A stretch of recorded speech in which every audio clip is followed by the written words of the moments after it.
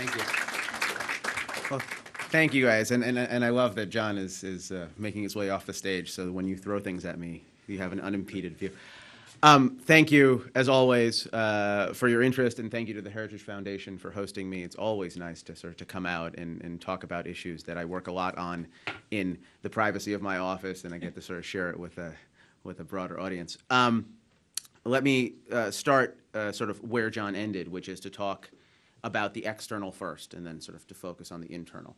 The question of Russia and sort of where Russia is heading, not only ideologically but also geopolitically and demographically, has been something that I've spent a lot of time looking at, both professionally and personally. My personal history is that I'm the child of Soviet refuseniks, and so I sort of have the culture in my blood. I have the language sort of in my head most of the time.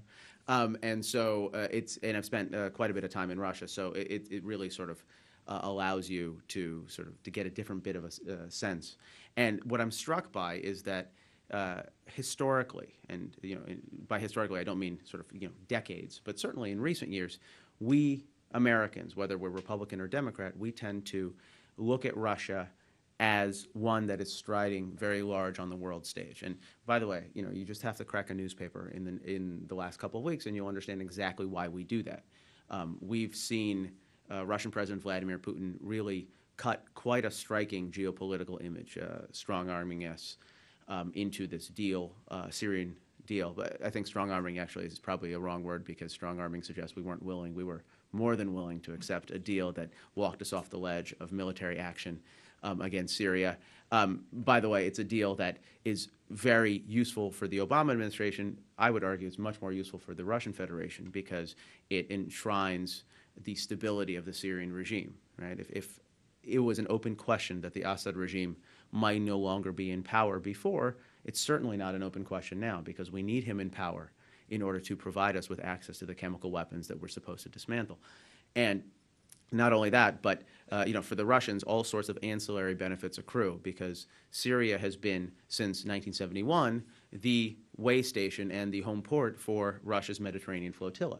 So preserving the Assad regime's hold on power, preserving its stability, is a huge coup for the Russian Federation. It's the tangible benefits for us, I think, still remain to be seen.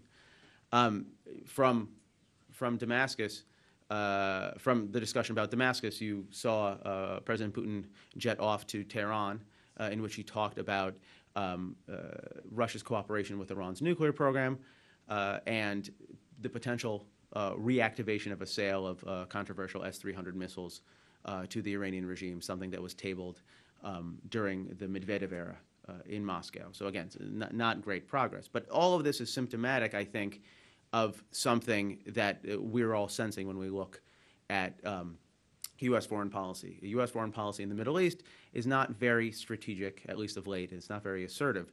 And as a result, there has been an effort by Russia, an opportunistic effort to sort of sweep in and take this strategic advantage. And the Russian government has done, I think, a very successful job. And as a result, it projects an image of a country that's on the march. But if you look at what's happening within Russia itself, it's, I think, very clear that that perception is wrong. Russia may appear strong now internationally, but internally it's approaching a transformation. I would argue it's a transformation that's going to be, when it sets in, every bit as earth-shattering as the collapse of the Soviet Union was some 2 decades ago. And this upheaval is really the product of 3 trends that are beginning to emerge now, but are on trajectory to intersect in a very dramatic way. So the first is, very simply, that Russia is dying, demographically speaking. For those of you that aren't demographers, first of all, good for you, because it's not the most exciting of professions. But for those of you that are demographers, you know that 2.1 is the magic number. During the lifespan of a woman, during the fertility lifespan of a woman, she should ostensibly create 1 child to replace herself, 1 child to replace her husband, and some fraction thereof to account for natural disasters, for earthquakes, hurricanes, what have you.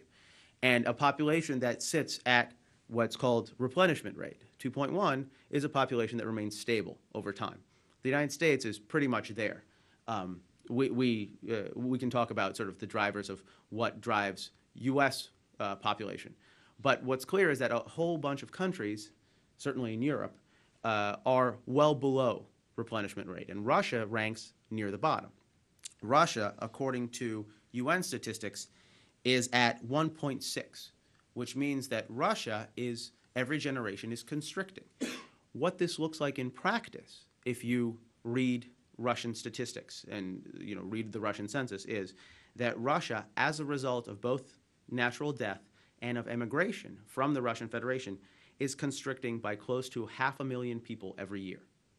So Vladimir Putin, in December of 2012, when he was giving one of his umpteen presidential campaign speeches, talked about the fact that, according to the trend lines that his government was seeing, if this trend line is not ameliorated, by 2050, the entire population of the Russian Federation, which is 142.9 million now, will shrink down by about a quarter to 107 million people. Right?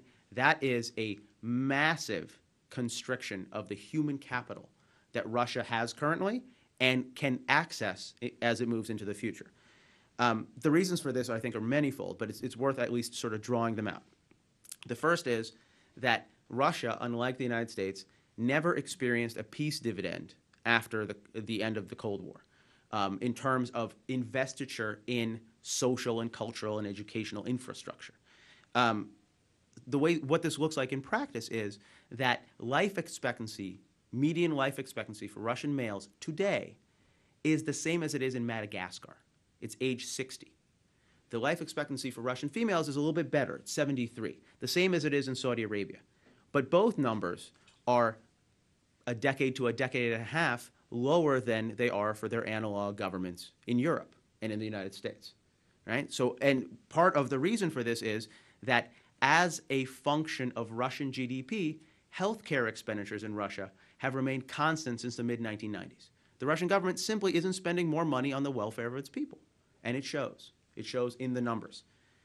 The second reason why Russia's demographics are tanking is that you're seeing a wholesale collapse of the Russian family.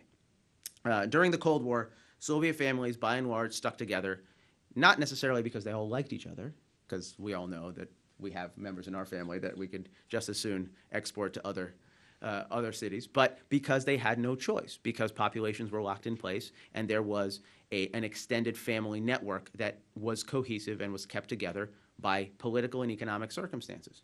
Today, it's exactly the opposite. According to the UN, Russia has the highest divorce rate in the world. Half of all Russian marriages, according to the UN, end in divorce, and 60% of them do so in the first decade. What this means is that long-term families, and as a result, the logical product of long-term families, which is multiple children, is increasingly an endangered species. So you could have a family that has one child, but you very rarely have families that have 4 or 5 or 6 children, which is what's necessary for demographic replenishment.